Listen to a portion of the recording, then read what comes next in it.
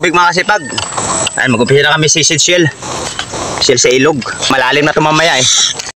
I-costume namin para magsisid. I-costume. Ayan. Pero may antipara tayo. Saka ito, may kapay. Ang kumpare namin, hindi na gumagamit ng kapay yan. Eh, dalawa lang kami ni Boards ang may kapay. Sisid na kami kasi mamaya malalim na to. Bakit na tubig. Ito lang ginagawa namin mga kasipag oh. Ganito lang ginagawa namin ulit-ulit. Pag mabigat na, tinatali namin to sa biwang. Na mahirap na iangat kasi mabigat. Yan, isasali na namin sa sako hanggat mapuno. Yan, pinipilian ni Boards kasi may mga bato na kasama yan. Yan kasi maano sa ilalim, hindi mo maiwasan na hindi mo madakot yung bato. Yan, ganyan lang.